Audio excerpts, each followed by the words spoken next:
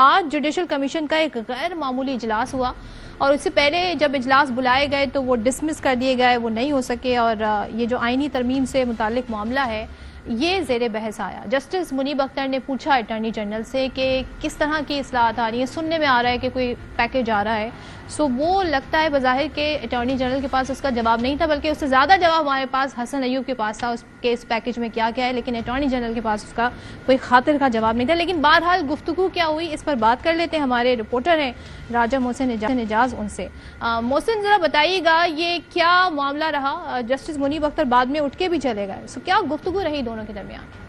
دیکھیے، ذرائع کا یہ کہنا ہے کہ جوڈیشل کمیشن کا جو آج کا اجلاس تھا بنیادی طور پہ وہ دو حصوں میں ہوا ہے۔ ایک حصہ تھا لنچ اور جو نماز جمعہ کا وقفہ تھا اس سے پہلے، تو جسٹس منیب اختر وقفے سے پہلے ہی اٹھ گئے تھے، اور اسی پہلے سیشن میں ان کا ذرائع کا یہ بتانا ہے کہ ایک اہم مکالمہ ہوا اٹارنی جنرل آف پاکستان کے ساتھ،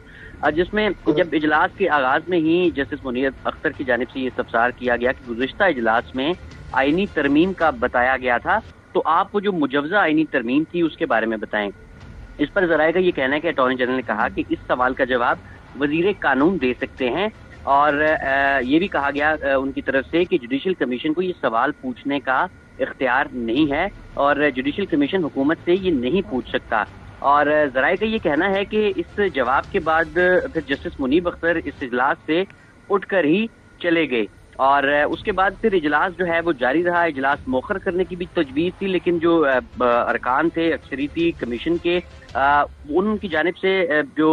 اتفاق نہیں کیا جا سکا۔ اس کے بعد جسٹس منصور علی شاہ نے اجلاس میں جو مجوزہ سفارشات تھیں اس ڈرافٹ کی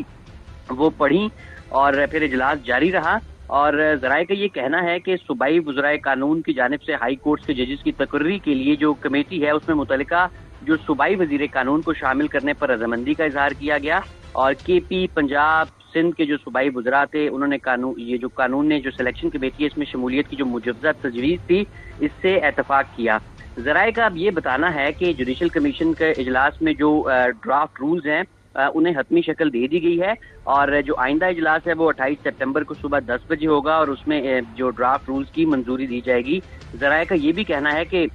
نئے ڈرافٹ کے تحت سپریم کورٹ کے جو جج کی تعیناتی کے لیے 3 ناموں پر غور ہوگا، جبکہ ہائی کورٹ میں جج تعیناتی کی نامزدگی متعلقہ جو چیف جسٹس ہوں گے ہائی کورٹ کے وہ، اور سینئر جج اور صوبائی بار کونسل کے جو رکن ہوں گے وہ کریں گے۔ اس کے ساتھ ساتھ ذرائع کا یہ بھی کہنا ہے کہ ان ڈرافٹ رولز میں یہ بھی ہے کہ ہائی کورٹ کے چیف جسٹس کی تعیناتی کے لیے بھی اب 3 ناموں پر غور کیا جائے گا۔ آج کے اجلاس کی جو ایک اور اہم بات تھی وہ یہ تھی کہ جو وفاقی وزیر قانون ہے اعظم نذیر تارڑ وہ اس اجلاس میں شریک نہیں ہوئے، اور اٹارنی جنرل بھی 2:15 بجے کے قریب اس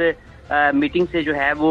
کسی اور میٹنگ کا بتا کر ذرائع کا یہ کہنا ہے کہ وہ چلے گئے تھے، اور دوران میٹنگ انہوں نے آئینی ترمیم کے معاملے پر جواب دینے سے بھی گریز کیا، اور کہا کہ میں وزیر قانون کی جانب سے کوئی جواب نہیں دے سکتا۔ اب جو آئندہ اجلاس ہے وہ 28 سپٹمبر کو ہوگا، اور ذرائع کا یہ کہنا ہے کہ اس اجلاس میں ڈرافٹ رولز کی منظوری دی جائے۔ ٹھیک ہے،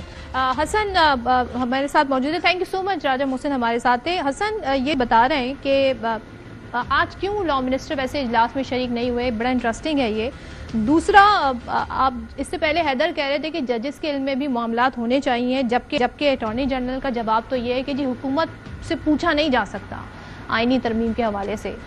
کہیں پہ یہ کوئی کلیش آف انٹرسٹ یا معاملہ آگے جا کے جو ہم پہلے سے ہی دیکھ رہے ہیں، جس طرح پہلے فیصلے آئے عدالتوں سے، 90 دن میں الیکشن کا فیصلہ آیا، پھر مخصوص نشستوں کا فیصلہ آیا، اور پھر جو حکومت کی اور پارلیمنٹ کی طرف سے اس پر جو ہم نے بیانات دیکھے وہ سب کے سامنے، تو یہ مزید آ کے معاملہ یہیں اسی طرح کا تو نہیں بن جائے گا؟ صدر، بات یہ ہے کہ پارلیمنٹ کی بالادستی ہے، پارلیمنٹ بالادست ہے،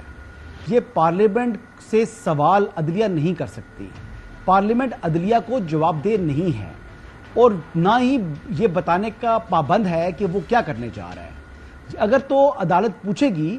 اگر وہ حکومت چاہے بتانا تو ان کی مرضی ہے، اگر نہ بتانا چاہے تو یہ کوئی غیر آئینی بات نہیں ہے، غیر قانونی بات نہیں ہے۔ اور مین بات یہ ہے کہ جو لا منسٹر نہیں تھے تو جو principal law officer of state of Pakistan ہے جس نے اسسٹ کرنا ہے کورٹ کو، اس سے یہ سوال پوچھنے کا مقصد نہیں تھا۔ یعنی ہمارے معزز جسٹس منیب اختر صاحب نے جو سوال کیا، اسی وجہ سے پھر کسی نے ان کی حمایت اور نہیں کی۔ جوڈیشل کمیشن کے جو اجلاس تھا، ذرائع بتاتے ہیں کہ جب وہ اٹھ کے گئے تو کسی حاضر سروس جج نے ان کو نہیں روکا۔